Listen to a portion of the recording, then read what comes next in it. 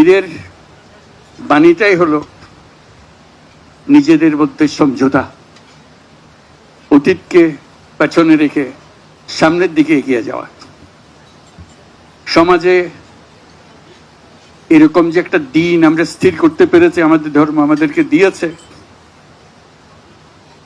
এটাই আমাদের জন্য একটা মস্ত বড় আশীর্বাদ। একটা দিন, এবং সেটা যেমন তেমন দিন না, যেমন তেমন ভাবে দেখা করলে হয় না, কোলাকুলি করতে হয়। এটাই ধর্মের বিধান। আমরা কোলাকুলি করি, সবাইকে আপন করে নেই। আজকের দিনটা আপন করে নেওয়ার দিন। আমরা সেই বাণী আমাদের মনে ধারণ করে প্রত্যেকে যেন পরস্পরকে ধারণ করি। যত রকম দূরত্ব ছিল সেই দূরত্ব থেকে আমরা সরে আসতে পারি। এটি সমাজের মঙ্গল, যে কোনো সমাজের মঙ্গল। সেই সমাজের মঙ্গল আমরা যেন আগ্রহ সহকারে নিজেদের মধ্যে আত্মস্থ করতে পারি। সেই জন্য এবারের ঈদ অত্যন্ত গুরুত্বপূর্ণ ঈদ,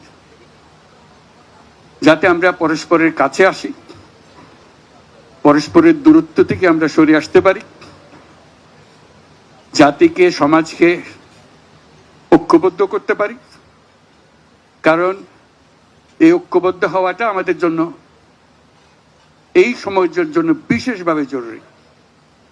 সেটা যেন আমরা অর্জন করতে পারি। আজকের এই মিলন মেলায় আমরা সেই বাণী আত্মস্থ করে সামনের পথে অগ্রসর হব। আমরা পরস্পরের প্রতি সহনশীল হব।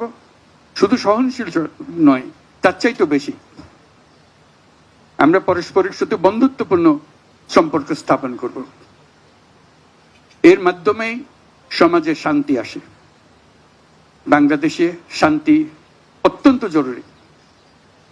সে কথাটা যেন আমরা মনে রাখি, প্রতিদিন মনে রাখি। আজকের দিনটা আমরা প্রতিদিন